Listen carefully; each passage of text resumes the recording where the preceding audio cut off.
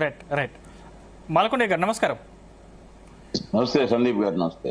మీ ఏకైక ఎజెండా మీ టార్గెట్ జగనే, ఎందుకంటే చంద్రబాబు గారిని అరెస్ట్ చేశారు కాబట్టి ఖచ్చితంగా జగన్ ని కూడా జైల్లో పెట్టాలి అనే పంతం కొద్దీ మీరు ముందుకు పోతున్నారు తప్ప ఎక్కడ కూడా మీరు ఇచ్చినటువంటి సూపర్ 6 హామీలు అమలు కావట్లేదు అనేది వైసీపీ వాదన. ఏం చెప్తారు? సందీప్ గారు, ముందుగా మీకు జీ తెలుగు న్యూస్ యాజమాన్యానికి, అదేవిధంగా ప్రేక్షకులకు, డిబేట్ లో ఉన్నటువంటి లక్ష్మీనారాయణ గారు, మస్తాన్ రావు గారు, లోక ఆనందరావు గారు, మా మిత్రులు అందరికి కూడా నమస్కారాలు తెలియజేస్తున్నాం. సార్ ఎక్కడో డిస్టర్బెన్స్ వస్తుంది సార్. మీరు కంటిన్యూ చేయండి. ఈరోజు జరుగుతున్నటువంటి చర్చ ఏదైతే ఉందో దానికి ముందుగా మీ పర్మిషన్ తో ఒక చిన్న విషయం. భారతదేశంలో కాశ్మీర్ లో జరిగినటువంటి ఏవైతే తీవ్రవాదుల దాడి తర్వాత సింధూర్ యొక్క యుద్ధ ప్రతిపాదన ఏదైతే ఉందో, మన యొక్క భారతదేశంలో ఉండేటువంటి ఆర్మీ ఏ విధంగా తీవ్రవాదుల మీద దాడి చేసి విజయం సాధించినటువంటి విషయాల మీద దేశవ్యాప్తంగా, ఆంధ్రప్రదేశ్ లో ముఖ్యంగా అన్ని జిల్లాల్లో కూడా తిరంగ యాత్రలు పార్టీలకు అతీతంగా, కులాలకు అతీతంగా, మతాలకు అతీతంగా పెద్ద ఎత్తున దేశంలో ఐక్యత రాగం జరుగుతుంది. దానికి భారత ప్రభుత్వానికి, సైన్యానికి మనం అందరం అండగా ఉండేటువంటి ఒక మనోధైర్యం సైన్యానికి ఇవ్వడం కోసం అన్ని విజయవంతంగా జరుగుతున్నది. మీ టీవీలో కూడా చక్కగా లైవ్ చూపిస్తున్నారు. అందరికీ ఈ విషయం తెలియజేస్తూ నేను మరొకసారి మనమందరం కూడా భారత ప్రభుత్వానికి మద్దతు తెలియజేసే విధంగా ఉండాలని కోరుకుంటూ డిబేట్ లోకి వస్తున్నాం సార్. ఇందులో జరుగుతున్నటువంటి విషయాలు ఇందాక మన మిత్రుడు లక్ష్మీనారాయణ గారు మాట్లాడారు. రాజకీయ కక్షలు, కేసులు పెరిగిపోతున్నాయి. దాని ద్వారా వైసీపీ నాయకులందరినీ కూడా అరెస్ట్ చేస్తున్నారు, కేసులు పెడుతున్నారని చెప్తున్నారు.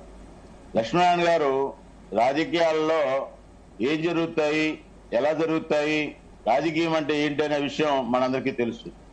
కానీ గత 5 సంవత్సరాల్లో జగన్మోహన్ రెడ్డి గారు ముఖ్యమంత్రిగా ఉండగా ఏ విధమైన నిర్ణయాలు తీసుకున్నారు, ఎంతమంది మీద కేసులు పెట్టారు, ఏ విధంగా అరెస్టులు చేశారు, అవన్నీ రాజకీయ కక్షపూరితమైనటువంటి కేసులు, అరెస్టులు అయినప్పుడు ఇవి కూడా అలాగే ఉంటాయి అనేది వాస్తవంగా అందరూ గమనిస్తారు.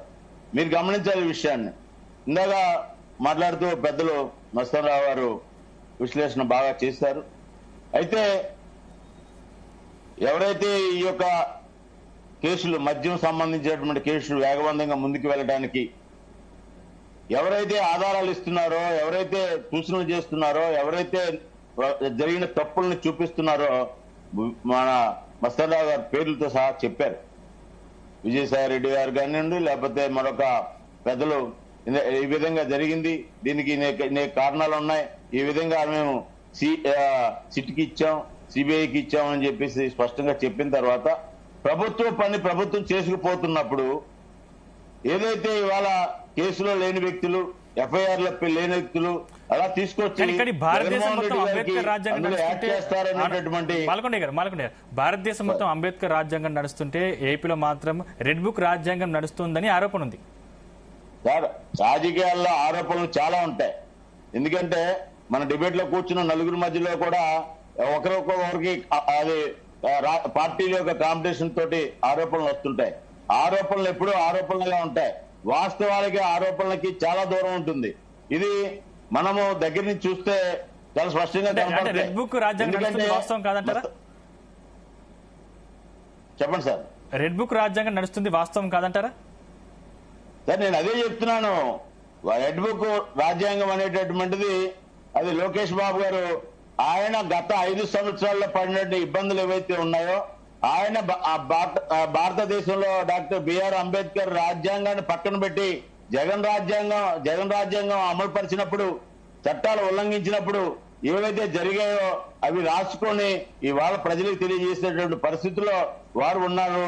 అది ఇవాళ వాళ్ళు చేసినటువంటి విషయాలని గుర్తు చేసుకొని మేము జగన్ రాజ్యాంగం ఇంప్లిమెంట్ చేశాం కాబట్టి ఇవాళ రెడ్ బుక్ రాజ్యాంగం అమలవుతుందని అపోహలు పడి ఆరోపణలు చేస్తే అది మరి వారే ఆలోచించుకోవాలి. ప్రజలు ఆలోచిస్తారు ఆ విషయాన్ని.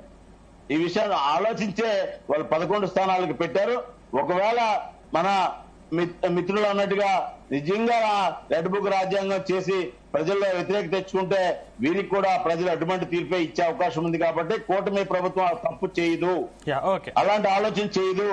కాబట్టి ఇవాళ జరుగుతున్నటువంటి డాక్టర్ బిఆర్ అంబేద్కర్ రాజ్యాంగానికి లోబడి, నైతిక విలువలకు లోబడి ఆంధ్రప్రదేశ్ ప్రభుత్వం ఏవైతే కేంద్ర ప్రభుత్వంతో కోఆర్డినేట్ చేసుకుంటూ నిధులు తీసుకొచ్చి పెద్ద ఎత్తున అన్ని వర్గాల